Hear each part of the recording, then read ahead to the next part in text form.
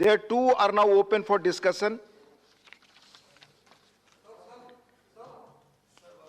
Honorable Sri Mallikarjun Kharge, LOP, please.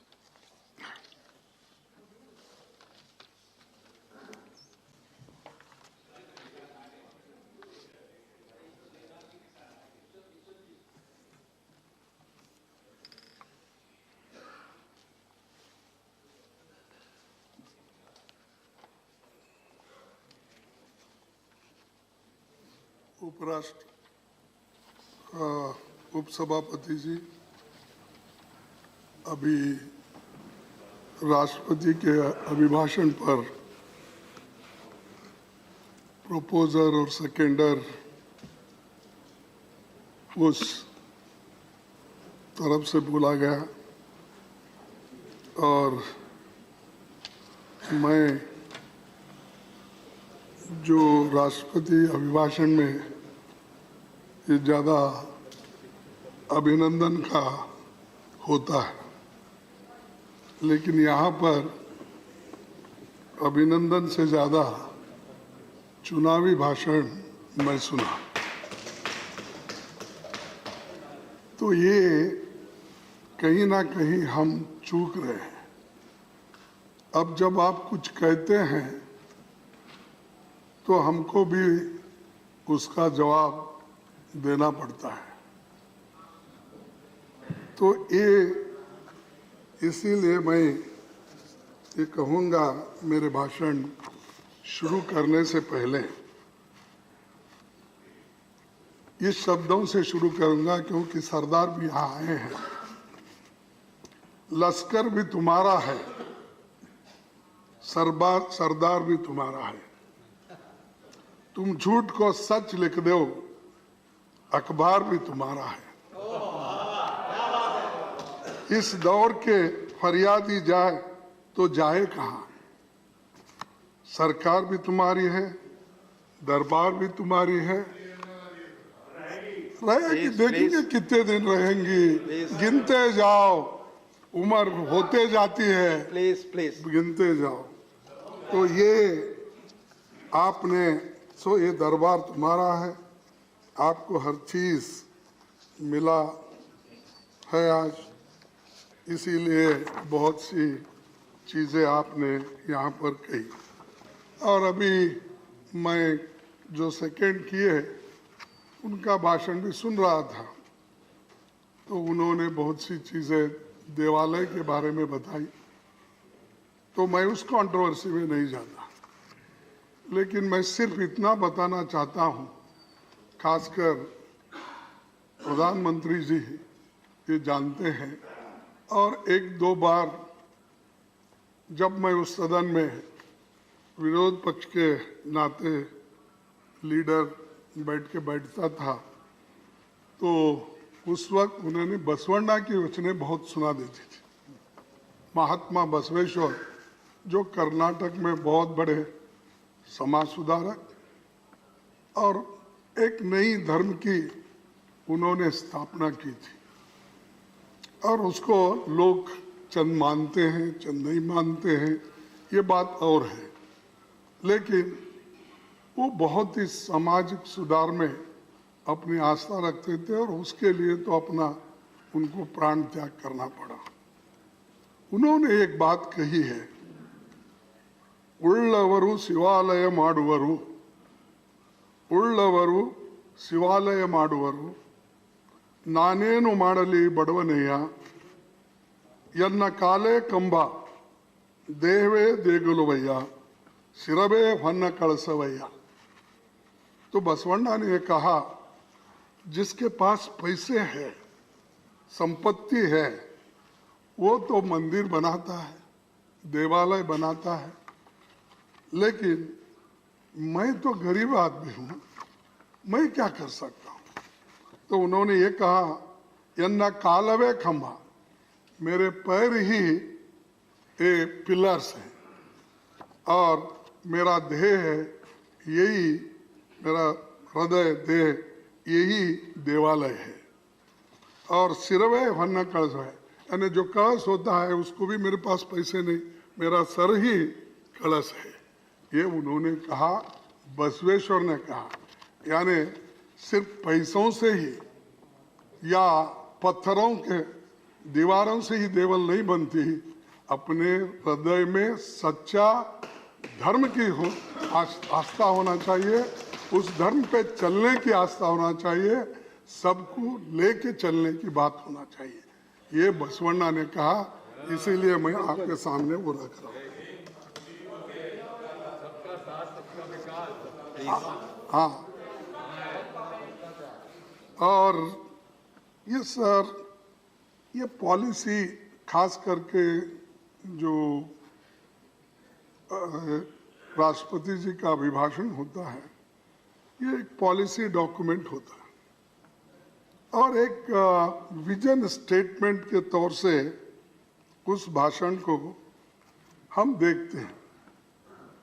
ये एक ना विजन है, न पॉलिसी डॉक्यूमेंट है, जो 7 साल में करते हुए आए, एक एक गिनते हुए मैं बहुत गंभीरता से, थोड़ी सी हिंदी आती है, इस हिंदी से पूरा मैं पढ़ा। तो पढ़ने के बाद मुझे ऐसा लगा कि बहुत से जो चीज़ें पहले उन्होंने अपने 8 साल के राष्ट्रपति भाषण में जो कहा गया है, वही उसको एक एक करके कई जगह बदलाव किया, कई जगह शब्दों का बदलाव हुआ, कई जगह कार्यक्रम का थोड़ा हुआ, उन्होंने इसमें डाला। तो ये जो उन्होंने वायदे करते हुए आए थे और जनता को बुनियादी मसलों का हल न करते हुए सिर्फ अपनी ही बात वो बार बार इसमें कहे। और मैं समझता था कि प्रेसिडेंट ऑफ इंडिया, उनका आखिरी भाषण है, शायद आखिरी है ना इसमें अगर रिन्यू हुआ तो फिर सेकंड होगा, वो बात हो रही। तो मैं सोचा था कि वो एक बहुत ही गरीब कुटुंब से आते हैं और दलितों के बारे में उनके पास बड़ी भावना है सुधार के लिए। तो मैं समझा था इस डॉक्यूमेंट में कुछ नया लोगों के लिए, गरीबों के लिए, किसानों के लिए, महिलाओं के लिए मिलने वाला, लेकिन कुछ नहीं मिला।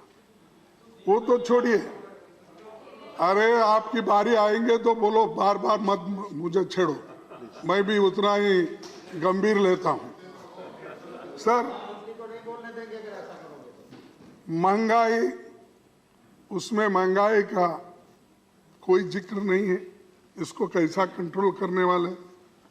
बेरोजगारी का नहीं है, किसान और मजदूर की बुरी जो हालत है और SC ST पर जो ज्यादती हो रही है और गंभीर आर्थिक चुनौतियां जो है, ये भी उसको टैकल करने के लिए उसमें कुछ नहीं कहा गया। हमारा लोकतंत्र आज बड़े खतरे में है, क्योंकि सच बोलने नहीं देते, सच करने नहीं देते। अगर कोई सच बोलता है तो उसको देशद्रोही बोलते हैं, जो सत्य बताता है तो भी उसको देशद्रोही बोलते हैं। और अपने विचार को, जब फ्रीडम ऑफ स्पीच है आपको, अपने विचार को जब आप रखते हैं तो भी उसको नकार देते हैं।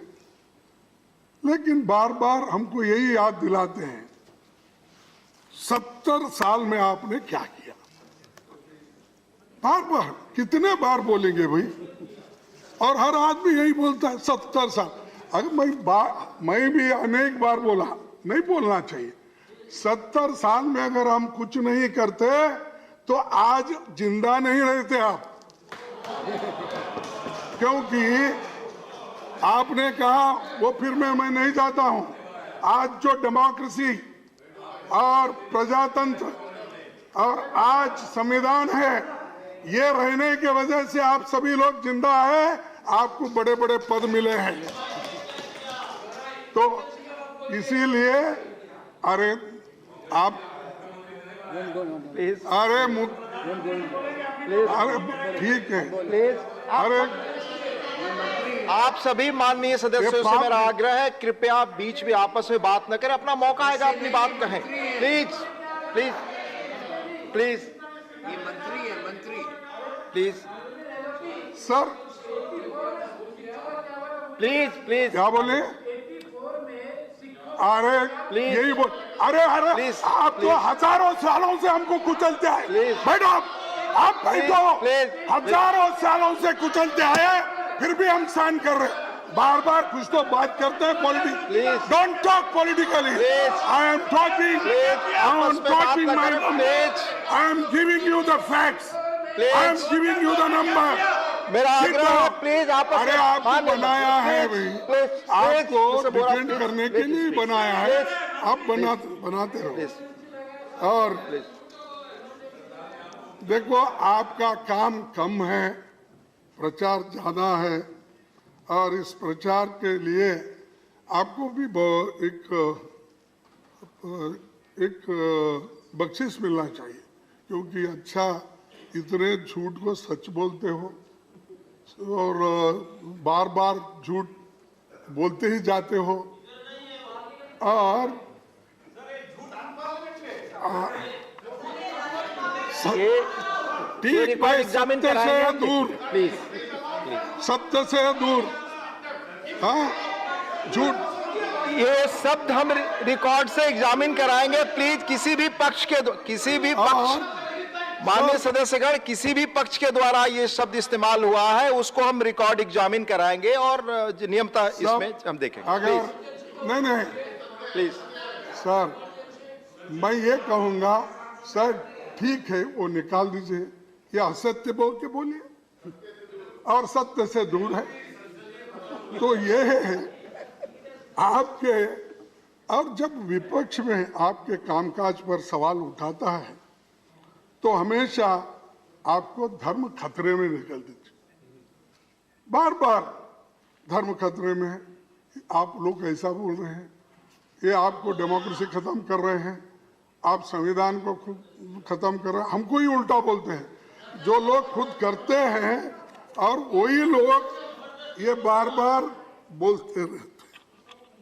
और दूसरी, मैं आऊंगा कि बेरोजगारी की बात, आज बहुत हर जगह बेरोजगारी है और खास करके युवा बहुत ही एक उनमें समाधान नहीं है, इसीलिए कि काम नहीं मिल रहा, इसीलिए कि इन्वेस्टमेंट नहीं आ रहा, इसीलिए कि बड़े बड़े कारखाने बंद हो रहे हैं और सरकारी नौकरियां भी जितनी हैं वो भी बंद हो रही।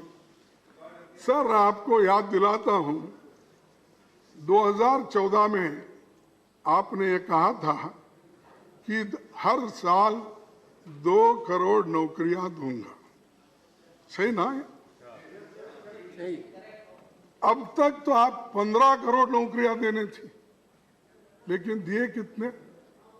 अब आज के कल के मैं बजट में भी देखा 60 लाख नौकरियां 5 साल में देने की वायदा की।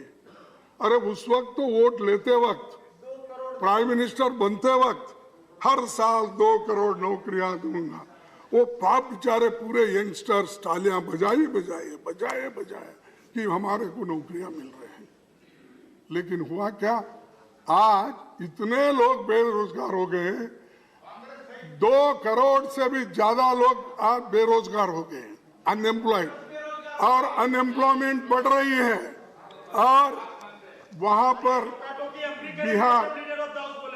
बिहार यूपी में केवल रेलवे में नौकरियों के लिए वहां लोग रास्ते पे आए यूथ। और आज मैं ये कहूंगा कि जो मेरे पास हिसाब है उसके अनुसार भारत सरकार में करीब 9 लाख नौकरियां, यानी सेंट्रल गवर्नमेंट के सभी इलाके मिलके पद खाली है, और रेलवे में 15% खाली है, डिफेंस में 40% खाली है, होम में 12% खाली है, और पीएमओ ऑफिस में तो पूछो मत, वहां भी खाली है। और खासकर वहां तो शेड्यूल कास्ट को कोई जगह ही नहीं है, सेक्रेटरिएट में भी जगह नहीं है, 1-2 सेक्रेटरी नहीं मिल सकते, 1-2 डिप्टी सेक्रेटरी नहीं मिलते। तो ये जो देखिए, मैं अपनी बात रखूंगा, बाद में आप अपने स्टैटिस्टिक के साथ बात कीजिए, आपका वेलकम करता हूं मैं। और अतवाले साहब, आप बार बार मत उठो, वो कैबिनेट भी नहीं बनाएंगे आपको। मैं आपसे रिक्वेस्ट करूंगा, क्योंकि आपका आदर करता हूं। मिस्टर आठवाले, आपको अनुमति नहीं है, प्लीज अपनी सीट पे बैठिए। इसीलिए दूसरा, आज आपने ये जो 60 लाख की 5 साल में करना, तो पहले क्यों ऐसा किए? 2 करोड़ की बात हर साल देने की बात क्यों ऐसा गुमराह किए युवकों के लिए? और दूसरी चीज, शहर और ग्रामीण क्षेत्रों में भी आज क्या बेरोजगारी का दर 9% और ग्रामीण में 7.25 आज रही है। शहर में तो 9 है और ग्रामीण में 7.2% है। औरतों की बेरोजगारी दर 26 है, जो पुरुषों के मुकाबले में 8%, 3 गुना ज्यादा है। लेकिन सबसे ज्यादा रोजगार देने वाले एमएसएमई 60% यूनिट्स बंद है, लेकिन उसके ऊपर भी कोई कार्रवाई नहीं हो रही है। और वहाँ भी ये सब जो बंद हुए हैं, इसको चालू करने के लिए या इसको प्रोत्साहन देने के लिए सिर्फ भाषण में ज़्यादा है, लेकिन एक्चुअल अनुष्ठान में नहीं है। और इसके बाद ये हमेशा मनरेगा, जब बेरोजगारी की बात आती है तो उस वक्त यूपीए गवर्नमेंट में मनरेगा लाई थी। जब मनरेगा का योजना हमने लाया, तब मोदी साहब जी ऐसा ही बोलते थे, मैं जो कह रहा हूं, खरगे साहब, ये तो आपका जीते जागता विफलता का स्मारक है। जीते जागता विफलता का स्मारक है साहब। वही स्मारक और वही मनरेगा आपके कोविड में काम किया, लाखों लोगों की जान बचाई। हर देहात में लोग जो पलट के गए, माइग्रेंट वर्कर्स, उनको काम जो मिला वो माइग्रेंट ये मनरेगा के हिसाब से मिला। और इसको आप कितने पैसे दे रहे? आपके हिसाब से मिनिमम वेजेस जो 235 रुपए है, अगर एवरेज हम 200 रुपए भी अगर पकड़ेंगे तो कम से कम आपको 1,80,000 करोड़ रुपए रखना चाहिए था। लेकिन आपने रखा कितना? 73,000 करोड़। 73,000 करोड़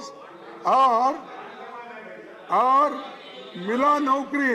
आपने तो 100 दिन के लिए नौकरी देने का वायदा किया था, और कोविड में यह भी कहा था कि 150 दिन तक हम देंगे, लेकिन दिए कितना? सिर्फ 20 दिन सबको नौकरी मिला है। 20 दिन, यही आंकड़े उनके पास है और वही आंकड़ों से मैं लिया हूं।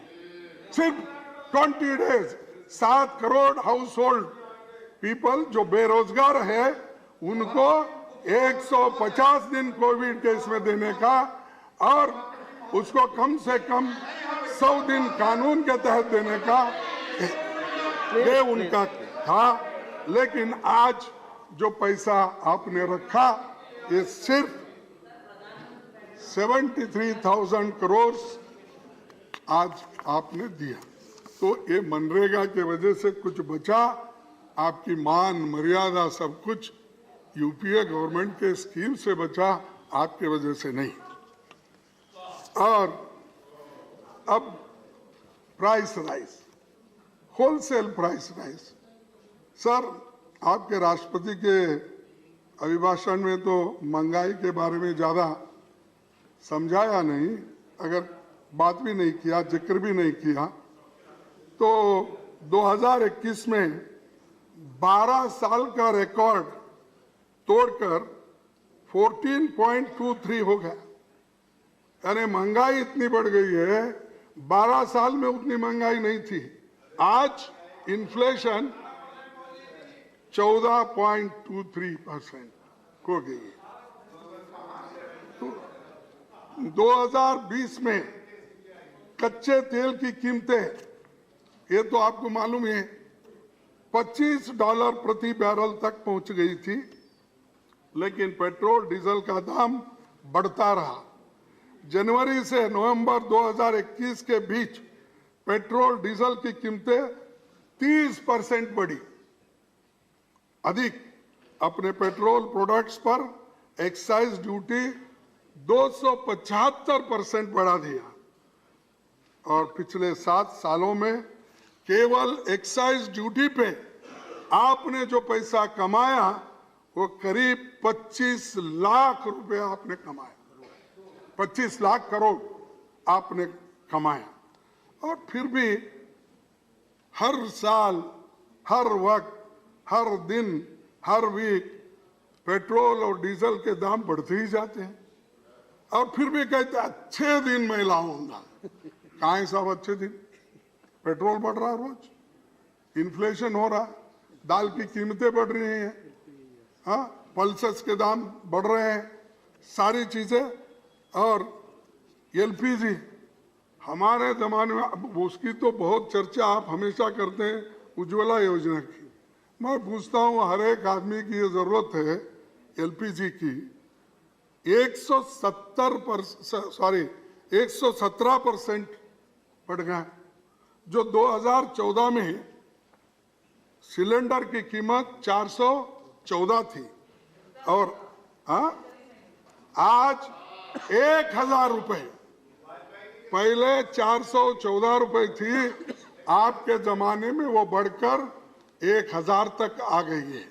यही आपके अच्छे दिन है और अच्छे दिन आप अपने करतूत में दिखा रहे हैं, अनुष्ठान में दिखा रहे हैं।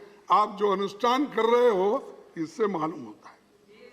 और उसी के साथ आपके जो कीमतें जो बढ़ गए, दाम बढ़ गए, वो अब कम से कम 81% तक आ गए।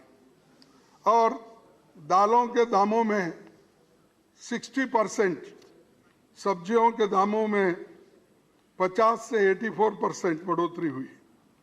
सभी जरूरी सामने जितने भी एसेंशियल कमोडिटीज है उनके इतने बड़े, मेरे पास बहुत बड़ा लिस्ट ही है, अगर मैं ये दे सकता हूँ, क्योंकि समय की कमी होने के वजह से मैं व्हीट की कितनी परसेंट, 52% बढ़ी है 14 में जो थी, अब के तुअर की क्या है 39%, ग्राम दाल 60%, मसूर की दाल 39% और मशरूम ऑयल 41% और वनस्पति 59%।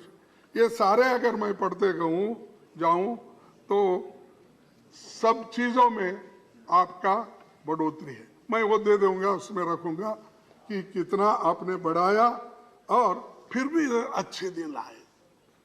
अरे एक तरफ इन्फ्लेशन है, एक तरफ अनएम्प्लॉयमेंट है और एक तरफ आप जो कहे उसको भी आप नहीं निभा रहे, तो फिर ये अच्छे दिन आए कहाँ? और अच्छे दिन किनके लिए आए? सिर्फ यहाँ तालियां बजाने से, हमको हुट आउट करने से मसला हल नहीं होता।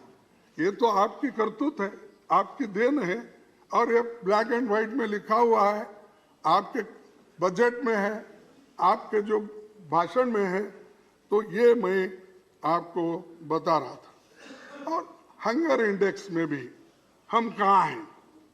हंगर इंडेक्स में सर 116 देशों में भारत 101 के नंबर पे है। 116 देशों में हंगर इंडेक्शन में 101। हाँ, प्लीज ये राइट फिगर भाई गलत है तो आपको भेज दो, मैं करेक्ट करके भेज देता हूं। और ये मैं आपको कहना चाहता हूं कि ये जो फूड सिक्योरिटी की आप 80 करोड़ जनता को हमने फ्री फूड दे रहे हैं और मार्च तक उसको एक्सटेंड करेंगे। मार्च तक 5 राज्यों में इलेक्शंस है, इसीलिए ये मार्च तक गया, नहीं तो इसी में ख़त्म होता था, लेकिन आपने ये मार्च तक एक्सटेंड। लेकिन फूड सिक्योरिटी एक्ट किसने लाया? अरे गरीबों को पेट भरने के लिए श्रीमती सोनिया गांधी जी ने फूड सिक्योरिटी एक्ट लाकर इसको हर गरीब को कम से कम उनके फैमिली को 35-35 केजी देने का उन्होंने काम किया। तब से कर रहे हैं हम ये फूड सिक्योरिटी। और हाँ, अरे देखो सोनिया गांधी जी का इसलिए मैं नाम ले रहा हूँ, वो चेयरपर्सन थे प्लीज आपस और में चेयरपर्सन के सजेशन पे प्लीज आपस में बात ना करें, माननीय एलओपी चेयर को एड्रेस करें। अरे माननीय प्लीज आपस में बात ना करें, माननीय सर एलओपी। ये देखिए वो चेयरपर्सन थे और बहुत से सलाहकार जो आईएएस आईपीएस ऑफिसर्स भी उनके साथ थे।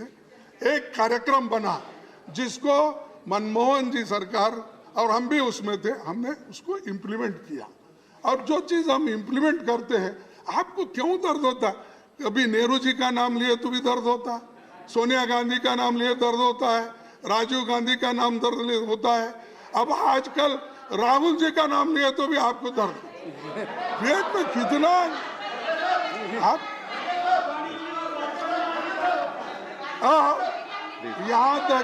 यहाँ तक सर यहाँ तक कि वो वाजपेयी का नाम भी आजकल नहीं चल रहा है, वाजपेयी का नाम भी नहीं, अद्वानी का नाम भी नहीं चलता।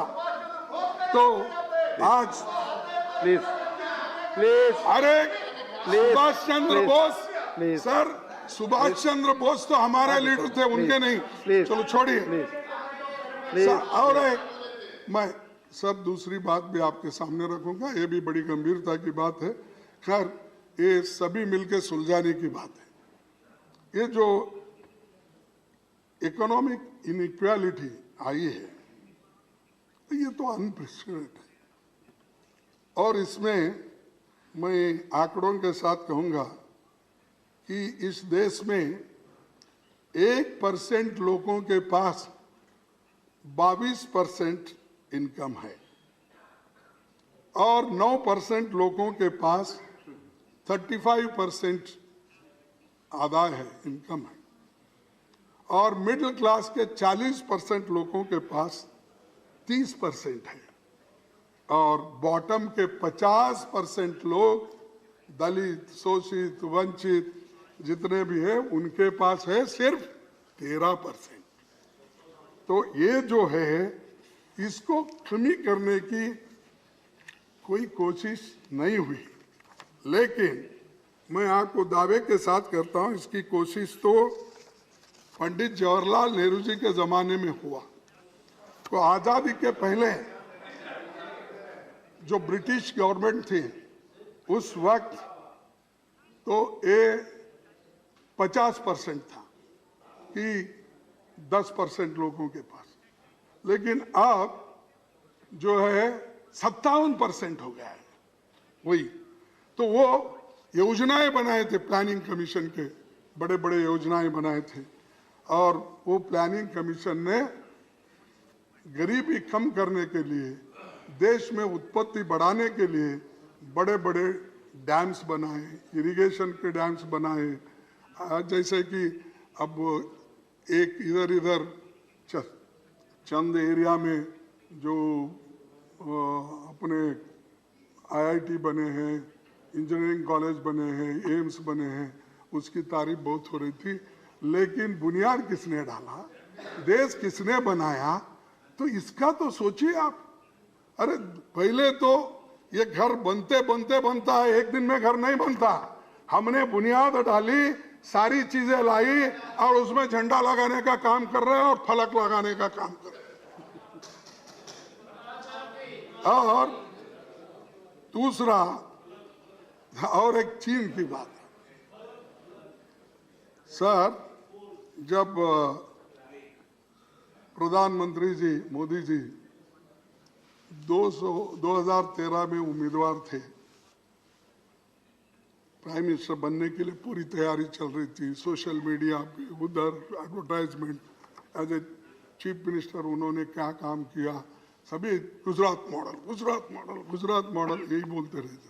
अगर गुजरात मॉडल का बोलूं तो फिर नकवी साहब को गुस्सा आ जाएगा, इसलिए नहीं बोलता कि तो ये बोलते गए। सर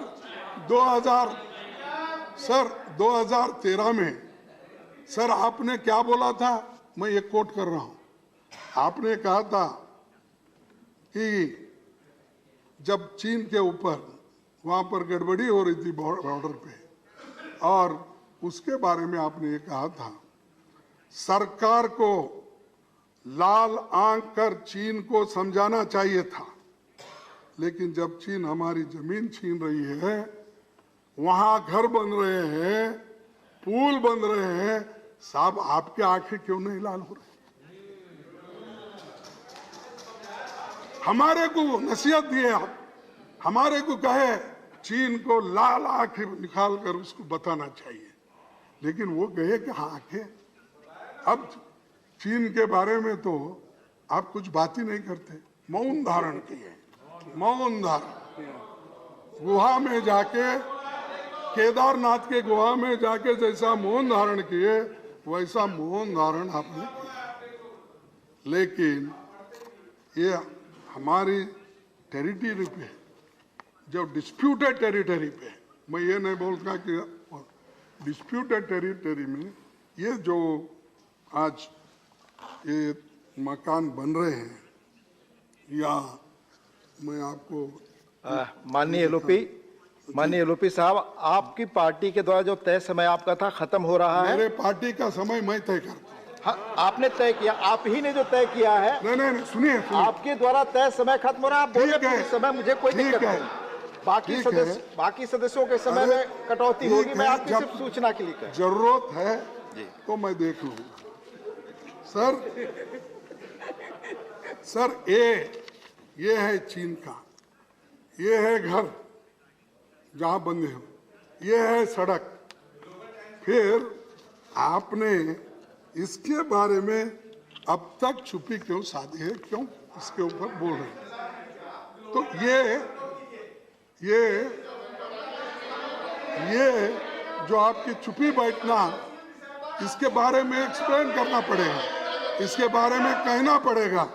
और जो सैकड़ों सैनिक हमारे वहां पर बॉर्डर पे है, बहुत से सैनिक वहां पर शहीद हो गए, तो इसीलिए आज वो एक तरफ है। दूसरी चीज, सब चीन से इतना प्यार है आपको, 2013 में इंपोर्ट की, सर मैं आपको बता दूं, 2013 में इंपोर्ट 3,08,000 करोड़ रुपए का था, 2021 में 7,20,000 करोड़ रुपए का इंपोर्ट हो रहा है।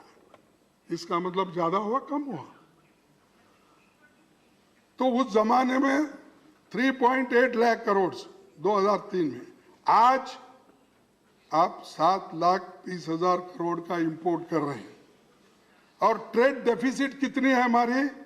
2013 में 2,70,000 करोड़ थी, तो आज वो बढ़कर 5,25,000 करोड़ रुपए हो गई। तो ये चीन के तहत आपका झूले में बैठने का ये हुआ है, उसकी देन है। वो आपका हृदय जीत लिए, आपने अरे झूले में बैठ के हम एक जगह बात कर रहे हैं, तो इसको दे दो तो पूरा इंपोर्ट वहां से कर रहे हैं और आपका एक्सपोर्ट कम है। इसके बावजूद भी 4 गुना हमारे से भी ज्यादा आप हमें जो भेजते हैं उससे 4 गुना ज्यादा हमारा इंपोर्ट है। ये एक तरफ है। और आपका ये जो मैं हमेशा आत्मनिर्भरता की बात होती है, मैं ये आत्मनिर्भरता बोलूं क्या चीन पर निर्भरता बोलूं? हाँ, और 370 आर्टिकल खत्म करके जोर जोर से बोले भाई वो अमृतसर से आए हुए नेता, ऐसा हुआ वैसा हुआ। 7/3 से 371 जाने के बाद 500 आतंकी घटनाएं घटी, 500 इंक्रीज हुआ। और हमारे पड़ोसी देशों से हम हमेशा ये याद रखना चाहिए कि मैं कहने की जरूरत नहीं, आपको तो अनुभव है, तो हो सके उतना मिलजुल के चलने की कोशिश होना चाहिए। जहां अगर वो दुश्मन हमारे लिए बहुत मुसीबत बनता है तो हम खत्म करो।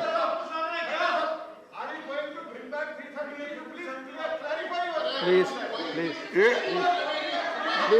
मैं देखिए मैं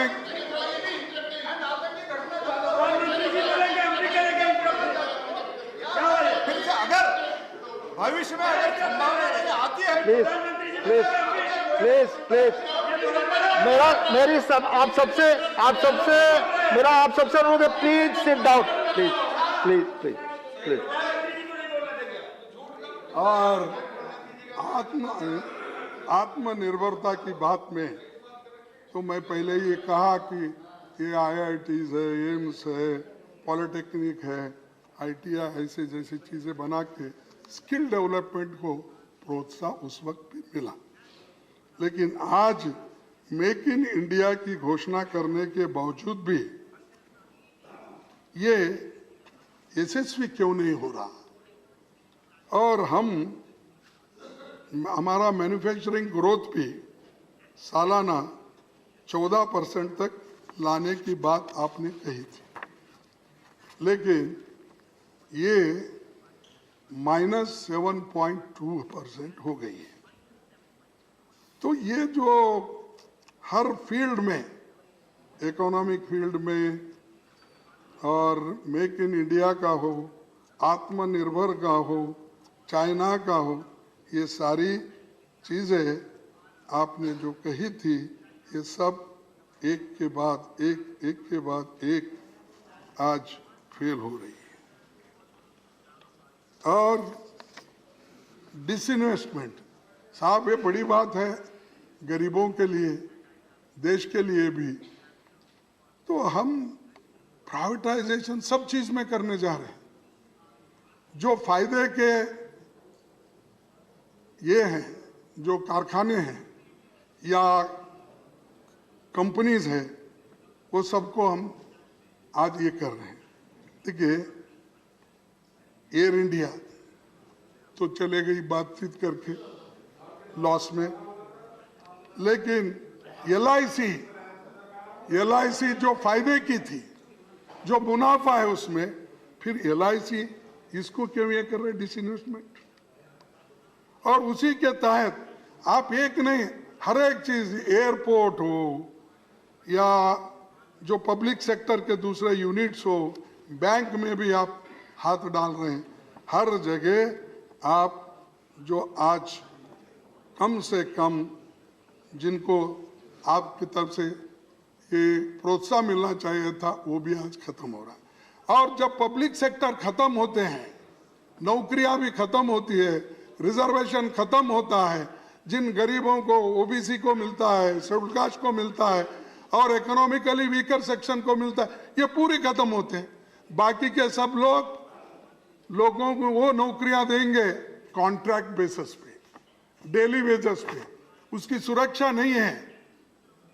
वो कहां जाना? ये अश्योर्ड जॉब आप एक के बाद एक निकाल रहे हैं और उन गरीबों को आप कुछ नहीं दे रहे। फिर भी आप कहना चाहते हैं कि हमने बहुत कुछ किया। अब पीयूसी में, ये पब्लिक सेक्टर यूनिट्स में 2013 में साहब 13,50,000 लोग काम करते थे, ये रेगुलर एम्प्लॉइज थे। 2020 में घटकर 9 लाख हो गए और 9 लाख से कॉन्ट्रैक्चुअल लेबर्स अब वो 5 लाख हो गए, 3 लाख से। तो ये हर सेक्टर में आप कमजोरी बता रहे हैं और जिससे गरीबों को फायदा होता है वैसे ही चीजें आप एक एक निकाल रहे हैं। तो ये एक बहुत बड़ा। और किसान का सर, किसानों की आमदनी तो आप दोगुना करने की बात की, किए या नहीं किए? अगर आप नहीं कहेंगे मैं नहीं कहा तो मैं चुप बैठूंगा। 2 गुना ये क्या किसानों की आमदनी, लेकिन आज उनको 2 गुना तो छोड़ो, उसके बारे में मेंशन भी नहीं है। प्रेसिडेंशियल स्पीच में वो मेंशन भी नहीं किए, उनके बारे में बोले भी नहीं। ये 2 गुना करने की तो बात और हो गई। उसके बाद जो बड़े बड़े उद्योगपति इससे फायदा उठाना चाहते थे, शुक्र है कि किसान लोग कम से कम 1 साल के ऊपर वहां पर धरना बैठे और 14 महीने धरना बैठे और 700 लोग वहां पर अगर अपनी जान दिए। अगर ये 3 काले कानून अगर आप पहले ही वापस लेते, ये 700 लोग नहीं मरते, ये बच जाते। लेकिन आप हठधर्मी से हम जो करते वो अच्छा है, हमने जो किया वो अच्छा है, यही अगर आप करते रहेंगे, अपने बात पे अड़े रहेंगे, तो मैं आपसे निवेदन करूंगा कि चंद बातें दूसरों की भी सुना करो।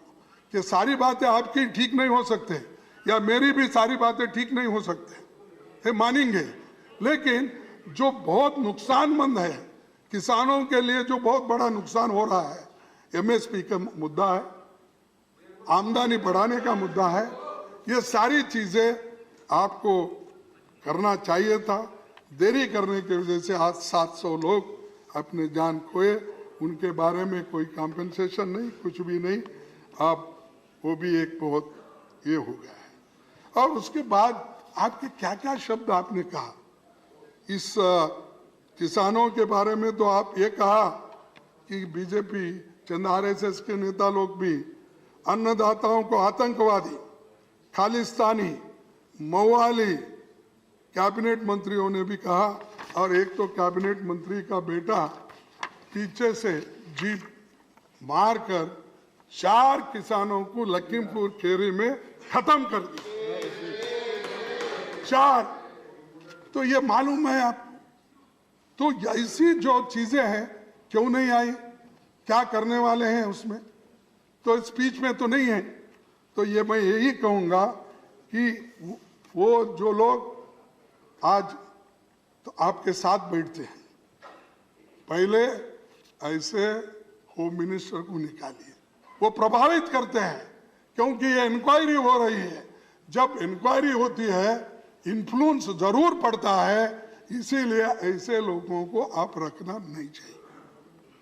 और क्योंकि उनके भाषण भी ऐसे ही थे, उनका कहना क्या, किसानों को उन्होंने धमकी दिया और कहा क्या, सुधर जाओ नहीं तो 2 मिनट में हम सुधार देंगे। ये उनका है, मेरा नहीं। आप भी पढ़े होंगे, लेकिन आप क्विक एक्शन लेने वाले हमेशा इसके बारे में क्यों नहीं लिए? क्विक ड्रॉप करना था नहीं, क्योंकि अब बहुत ये यूपी का इलेक्शन एक है ना, ये एक बीच में आ रहा है, तो शायद ये चीजें भी मैं आपको बताना चाहता हूँ।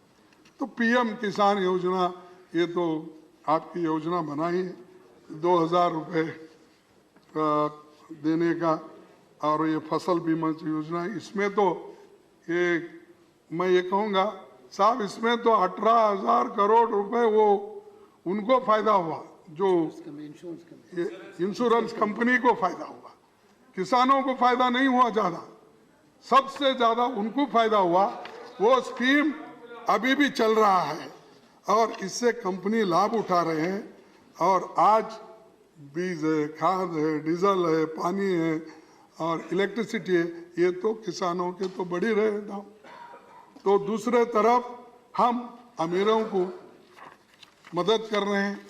इसीलिए मैं ये नहीं कहूँगा कि सारे आपके दोस्त हैं, लेकिन बहुत से लोग आपके दोस्त हैं उसमें, क्योंकि पहले से आपसे जुड़े हुए हैं, इसीलिए मैं उसको कुछ नहीं कहना चाहता हूँ।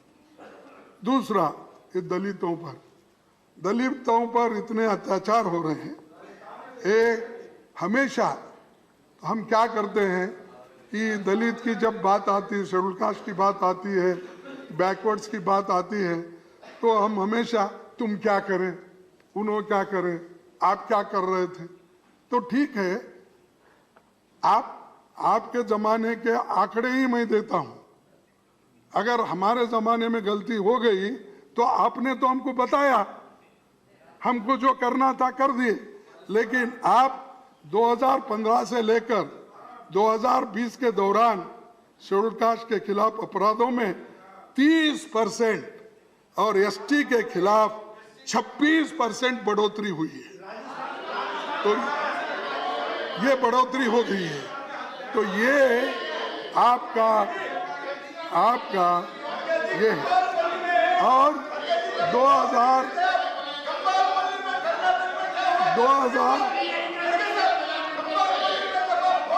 अरे सब चल, हरिजन नहीं बोलते, एससी एसटी बोलते। चुप, तुमको कहाँ कौन सा शब्द प्रयोग करना वो भी मालूम नहीं। हरिजन कौन है? एससी एसटी है, शेड्यूल कास्ट है। बोलो चुप। तो इसीलिए सर बात ना करें प्लीज। तो 30% और 26%।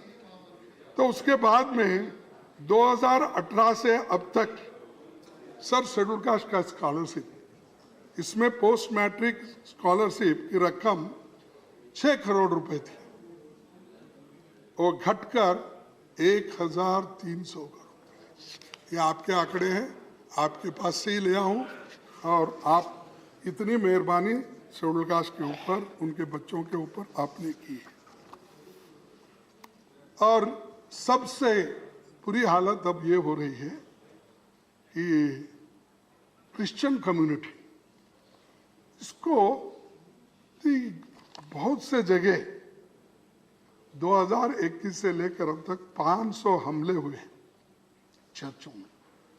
कहीं कन्वर्शन के नाम पे हमला करना, कहीं धर्मांतर कर रहे हैं आप उसके ऊपर। तो ये जो संस्था है, यहाँ तक कि मदर तेरेसा की संस्था जिसका दुनिया भर में नाम है, उसका भी वहाँ पर भी हरासमेंट चल रहा है। उसी ढंग से कर्नाटक में जो एंटी कन्वर्शन बिल ला के वहाँ पर भी क्रिश्चियनों को तंग किया जा रहा है। तो भैया आप किस चीज को तंग करना चाहते हैं? खैर, सभी लोगों को भेजना चाहते हैं, माइनॉरिटीज को भेजना चाहते हैं, क्रिश्चियन को भी भेजना चाहते हैं, दलितों को तंग और तबाह कर रहे हैं, महिलाओं का शोषण कर रहे हैं सब। और ऊपर से बोलते अच्छे दिन लाएंगे, सबका साथ, सबका विकास और क्या सबका प्रयास, क्या हाँ, सबका विश्वास और सबका प्रयास। लेकिन यहाँ तो सबकी बर्बादी हो रही है, सबकी बर्बादी हो रही है। चर्च टूटे जा रहे हैं और चर्च के बारे में सभी मौन धारण किए, कोई भी बोले नहीं। क्यों? क्योंकि वो डिसिप्लिन समाज है और वो अच्छा काम करते हैं, शिक्षण देते हैं, हेल्थ केयर की काम करते हैं। तो वो लोगों को, और बहुत से लाभार्थी यहाँ हैं, बहुत से लोग अपने बच्चों को मिशनरी स्कूल में पढ़ाते हैं, अंग्रेजी स्कूल में पहला वोट लगा देते हैं। और ऐसे लोग उसी संस्था में जाके चर्च को तोड़ना, चर्च को ये करना, ये आपका, और वो भी यीशु ख्रिस्त के जन्मदिन पर वो 25 दिसंबर, 26 दिसंबर, 31 दिसंबर को ऐसी चीजें इस देश में हुई। ये तो मैं खंडन करता हूं। जो क्रिश्चियन समाज पे आज एक उनको दबाया जा रहा है, उनके आवाज को दबाया जा रहा है, उनके धर्म को दबाया जा रहा है और गलत इल्जामात लगाकर आज उनको जो कह रहे हैं, इसका मैं कंडम करता हूं। और प्राइम मिनिस्टर साहब, आप खुद इसके बारे में सोचना चाहिए, बुलाइए, बात कीजिए, उनके समस्याओं को सुलझाइए। लेकिन ऐसा अपने चेले चपेटों को भेजते रहेंगे और वो बर्बाद करके वापस आएंगे, इससे कोई देश का हित नहीं होता, देश के लिए ठीक नहीं है। तो गंगा में तो खैर आप नमोमि गंगा, ये तो आप बहुत पैसे भी खर्च किए, लेकिन फिर भी गंगा मैली है अभी भी। तो गंगा में डुबकी भी लिए, खैर सर दिख रहा था साहब मेरा, आपका, सॉरी। तो पूरा नहीं, मेरा जिस जगह लेना है मैं लेता हूँ, मैं आपको पूछ के नहीं लेता, या टीवी को दिखाने के लिए नहीं देता, या लोग देखे मुझे इसलिए नहीं करता। मैं अपने हाथ में साक्षी से करता हूँ जो कुछ करना है, और आप लोगों को मालूम है मेरे विचार क्या है। और नेशनल एजुकेशन पॉलिसी ये भी लाकर आपने ये कहा, लेकिन यूपीए गवर्नमेंट तो एजुकेशन के लिए एक राइट टू एजुकेशन का हमने ये किया। तो कांग्रेस विच ensured that education is recognized as fundamental right of every Indian, हम तो इसको फंडामेंटल राइट करके एजुकेशन के लिए भी बहुत कुछ मान्यता दी, लेकिन आप उसको नया दिशा में लेके जा रहे हैं। आरएसएस के सिलेबस तैयार हो रहे, वो सब आ रहे एक के बाद एक, उसके लिए आप जरा ध्यान में रखिए। और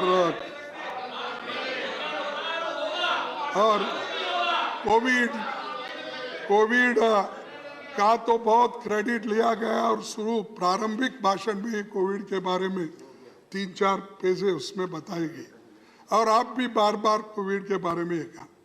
ठीक है, जब कोविड की दूसरी लहर आई तब तो आप फेल हो गए। कोविड के दूसरे लहर में जो करना था उसका प्रिकॉशन नहीं लेने के वजह से आप बहुत से पूरे, अगर आप स्टैटिस्टिक्स रियल डाटा अगर निकालेंगे, साहब 50 लाख से भी ज्यादा लोगों की मौतें हो गई रास्ते पे। अब रेलवे प्लेटफॉर्म पे हर जगह, और जलाने को जगह नहीं है, और जो गंगा नदी में तैर रहे थे बहुत से ये मौतें। तो ये जो है सारे लाशें तैर रहे थे। और ये टीकाकरण की जो आपने बात की, इसमें तो आप अभी 50% है। कल मैं इकोनॉमिक सर्वे देखा, उसमें 49% समथिंग आपने उसमें बताया है।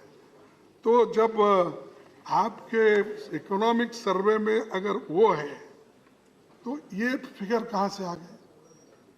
57% तक हमने दिया, फलाना दिया वो। तो ये आप पहले देख लीजिए, देखकर दुरुस्त कर लीजिए, दुरुस्त करके फिर सदन के सामने आइए, ये मेरा कहना है। और कोविड से जो आपने ये कहा था, कोर्ट ने कहा है कि हर एक को 50,000 रुपये मुआवजा देने का कहा है।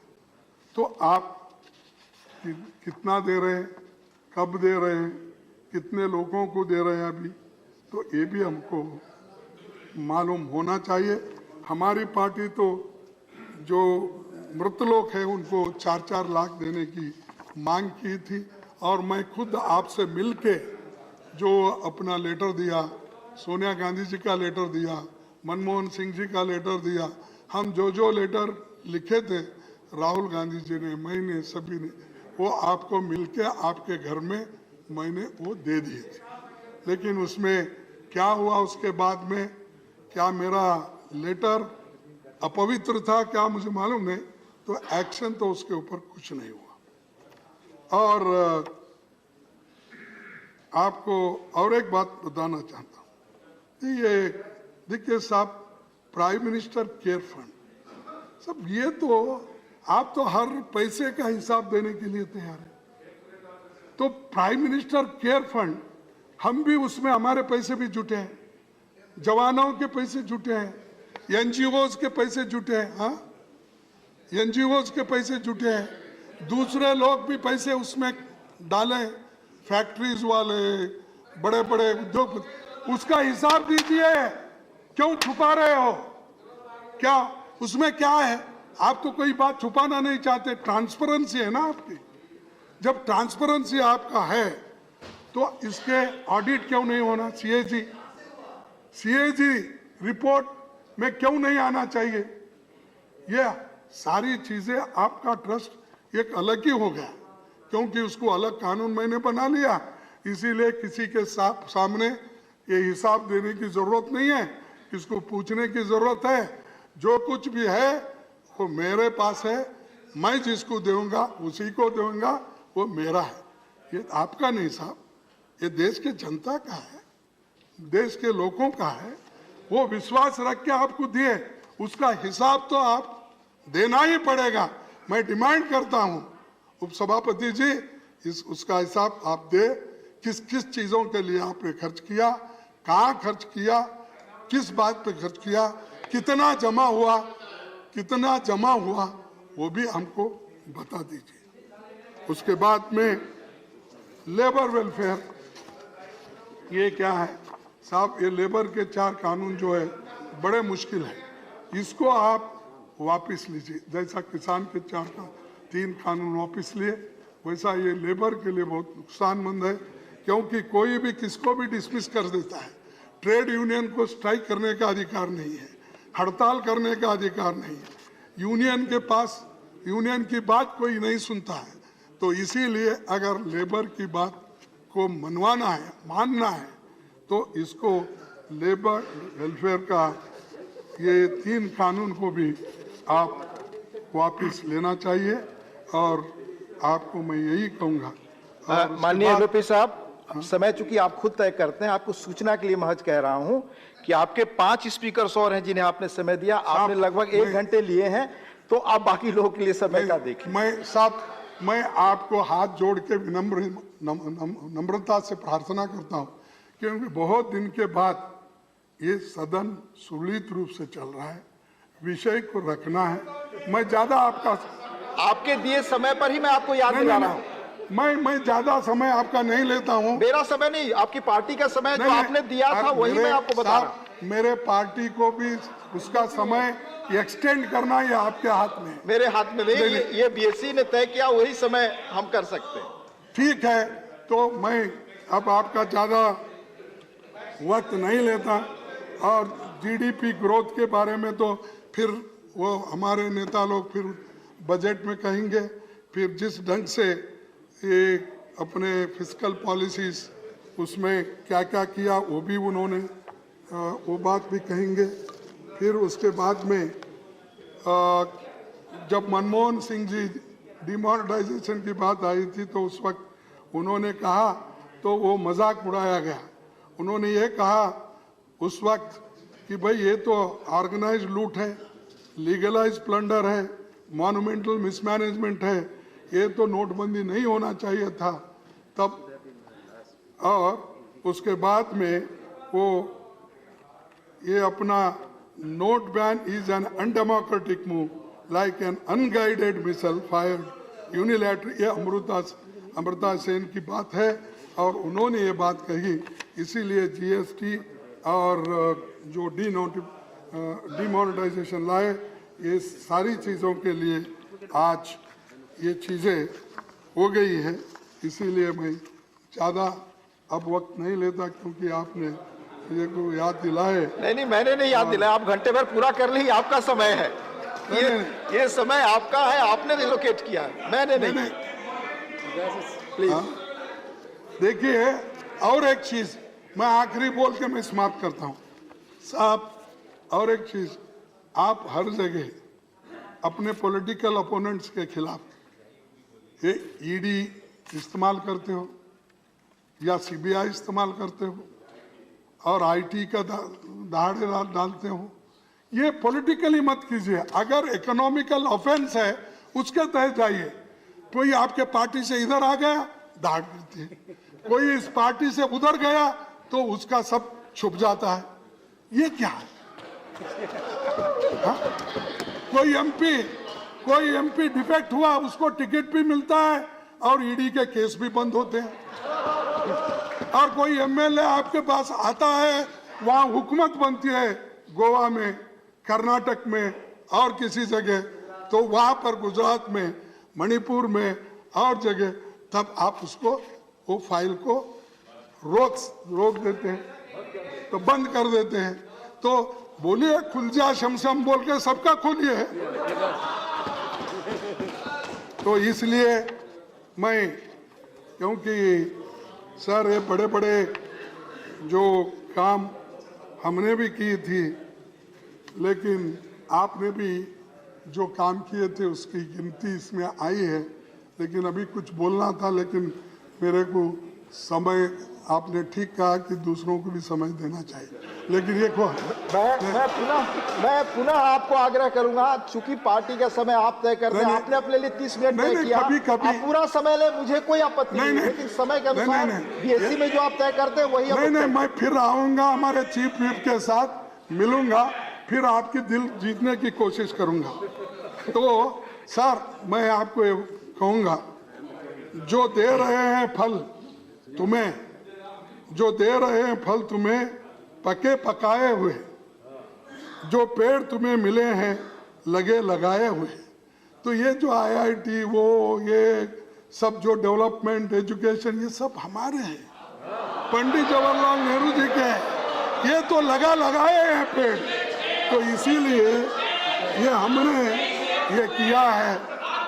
और अब तो ये चीजें हमने की है, हमने लगाई है, इसका फल सबको मिल रहा है। आप क्रेडिट लो, आप नए नए बोर्ड लगाओ, नए नाम करो, क्योंकि नेहरू जी के नाम से तो आपको नफरत है, उनके संस्थान का कुछ नहीं, नाम बदलते ही रहते हो। सर आखिरी में एक बात कह के मैं खत्म करता हूँ। ये बात मेरी है कि अपने हाकिम की फकीरी पे तरस आता है, अपने हाकिम की फकीरी पे तरस आता है। जो गरीबों से पसीने की कमाई मांगे, जुबा तो खोल, नजर तो मिला, जवाब तो दो, मैं कितनी बार लुटा हूं इसका हिसाब तो दे। धन्यवाद, आपने बहुत समय दिया, आपका संयम, इसीलिए मैं प्रशंसक। और 10-15 मिनट अगर मेरी पार्टी को होना है तो प्लीज वो कर दीजिए। धन्यवाद। आपने अपनी पार्टी का 1 घंटे 6 मिनट लिए हैं लगभग, वो रिकॉर्ड के लिए मैं कह रहा हूँ।